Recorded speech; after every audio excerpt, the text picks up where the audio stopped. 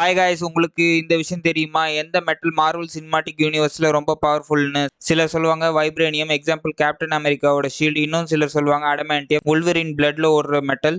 ஆனா top மெட்டல்ஸோட compare பண்ணா இதெல்லாம் வீக் அண்ட் ஃப்ரெஜைல் தான். 6th பிளேஸ்ல இருக்கிறது வைப்ரேனியம். இந்த வேற்று கிரக எரிக்கல் பூமியில ஒரு அரிய வகை மெட்டல் தான். எல்லாருக்கும் தெரியும் வைப்ரேனியம் வந்து சூப்பர் ஸ்ட்ராங்னு. அதோட கிரேட் எபிலிட்டி வந்து எல்லா பிசிக்கல் சவுண்ட் எனர்ஜி அப்சர்வ் பண்ணி ரிஃப்ளெக்ட் பண்ணும்.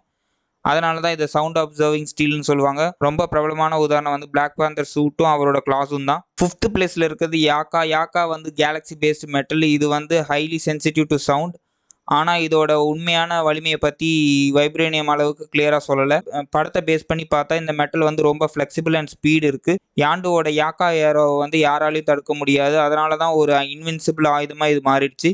ஏன் தேனோஸ் கூட இந்த ஆயுதத்துக்கு முன்னாடி மண்டி போட்டு தான் ஆகணும். 4th பிளேஸ்ல இருக்கிறது அடமான்டியம். இது வந்து மேன்மேடு மெட்டல். இது வைப்ரேனியம் விட ரொம்ப பலம் வாய்ந்தது. இது உருவாக்கப்பட்டதே ஏலியன் மெட்டலோட வைப்ரேனியம் மிக்ஸ் பண்ணி அதோட அயன் மிக்ஸ் பண்ணி நிறைய 1000 டிகிரி செல்சியஸுக்கு ஹீட் பண்ணி உருவாக்குனாங்க. அடமான்டியம் ரொம்ப ஃபேமஸ். இது உல்வரினோட என்டையர் ஸ்கெலிட்டன்ல கவர் பண்ணி இருக்கும். கேப்டன் அமெரிக்கா ஷீல்டு கூட இது mix of adamantium and vibranium மெட்டல்ஸை கம்பைன் பண்ணி உருவாக்குனது.